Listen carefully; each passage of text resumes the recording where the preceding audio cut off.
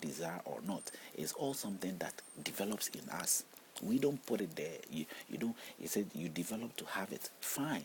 Well, even if I'm developing to have it, it is something that is feeding me to develop it to have it.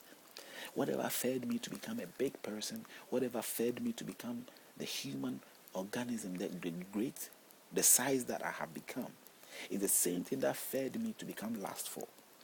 So the source of these lustfulness is something that cannot be visibly seen. So at the end of the day, it is spirit you look at, not man.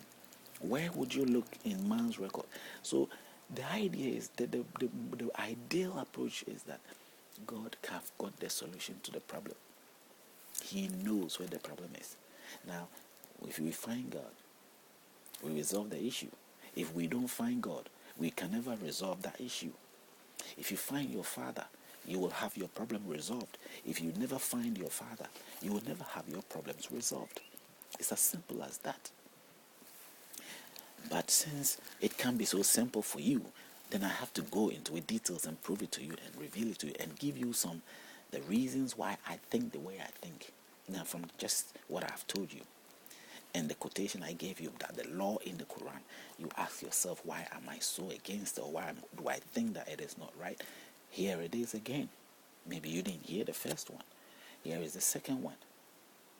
At the end of the day, whoever wrote, thou shalt not fornicate, thou shalt not adultery, thou shalt not do that, it's the same person that told you and me that out of two people, a man and a woman, that he was able to fill the earth with the millions of people we see.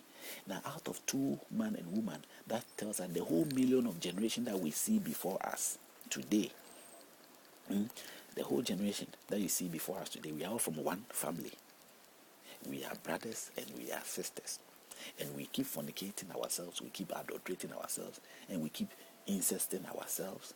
What has God got to say about that? So it is irrelevant. It is not practically comparable, or sort of, it is not practically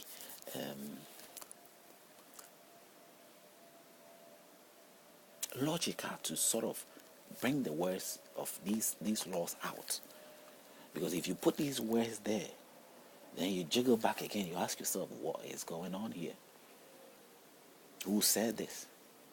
Why is it possible? Can we practice this? Because even the very person that I will be with, whether he's a Muslim or he's a Christian or he's in a British, or he's a Arabic, or he's a Chinese, or whatever it is, he's a sister to me.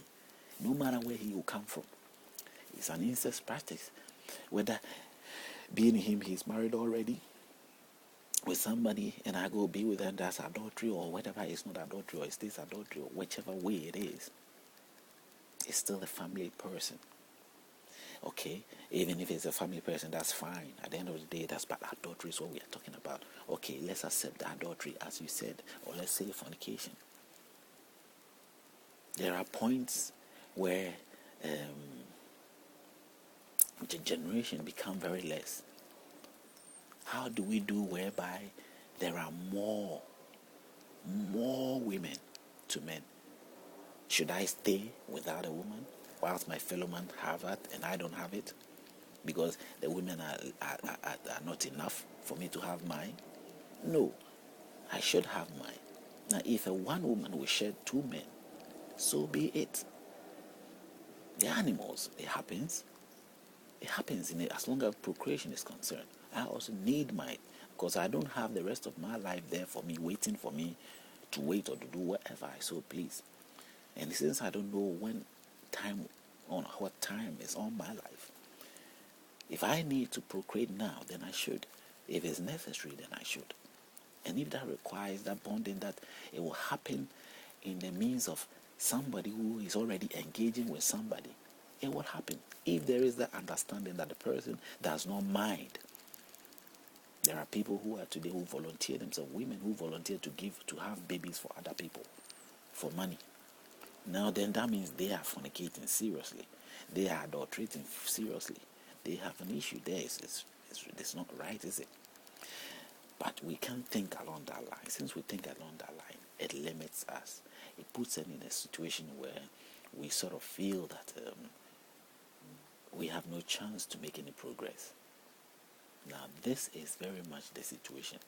If you go about adultery, let me find a good thing. It's about somebody who has already is involved, agreement with somebody that I will live the rest of my life with such a person.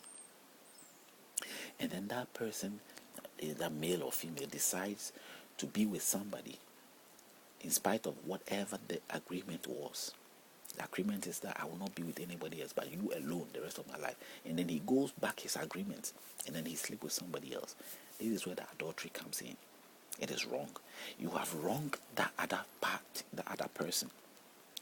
And I always say that another good suggestion is that why do we even go in agreement? If you want to be with somebody, be with a person. Just be with the person. Nothing stands in your way of being with that person. It is still marriage. You don't need to go in any agreement. You don't need to go and make any agreement, because if you make the agreement and you go back your word, this is what is wrong. This is what you have wronged that person. But you know that you don't have all the ingredients, all the abilities that requires for you to live a life where you can guarantee somebody your entire life. What if a point come where you are not in the same mood that you were in when you started, you met that person? When your mood changes and you cannot determine what the human body becomes, even in terms of you cannot tell when you get sick or when you don't get sick, when you go crazy or when you don't, when you feel like you feel comfortable with yourself, or where your mind is so sound or not sound. You can tell. The body is unpredictable, just like our normal handmade cars and all that. It's very unpredictable. So if you go in that agreement and something happens that you cannot avoid, it happens, and you end up going back your word. You may not intentionally or you may intentionally have done it, whichever way it is. You go back your word. Can you imagine what will happen even if any spirit do not do anything to you? That person that you did that to is angry, and you have wronged that person, and that person is entitled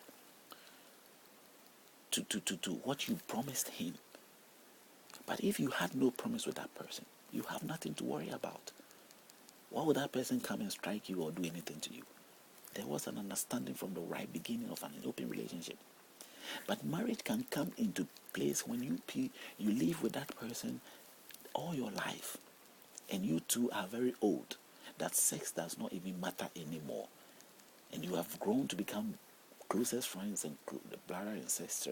You almost become brother and sister. You're so close. Then you seal that relationship with marriage. That is beautiful. So an old men more deserve marriage more than even the young people, because you must free yourself from the curse of swearing an oath before a spirit or a man that you cannot keep. Because if you go there, you put yourself in that situation, the curses will come upon you. The problem will come. Here is something we are reading in this book about adultery. And if Allah, you go against Allah, you know Allah is a creator who created the whole world. That is what you believe. And you go against his word. You can imagine what will come to you. If you are not careful, you will lose your life. Because if you believe that he created the universe, then you know what he's capable of doing. He can take your life from you. So if he tells you something and you don't obey, then you have yourself to blame. So why do you go there? But if you had not go into that agreement, there are people who have not gone into this agreement, that the same people were created by Allah. And because they have not gone into this agreement, Allah do not feel offended. They live their life happily. Because they are smart people. They are very smart people. For them to realize that we cannot go into the agreement. We can't go and make a fool out of our God. We cannot go and stand before God knowing that, hey, what if I'm with that person and we get tired of each other, and we get upset of each other, or maybe we don't like each other anymore and we want to move on, or we want to go separate life, and then we have to go to Allah and say, Allah forgive us, we want to go. No, we said till death do us apart. That is what the oath is about. If you are going to make an oath and you are going to make a partial oath and say that, okay, Allah, I want to be with this person for 40 years, or for just 20 years, or just for 10 months. That is an oath. If you can do that oath, that is better for you. So you wait for the 10 months and then you go. Allah has no problem with you. or Jehovah have no problem with you. But if you are going to make an oath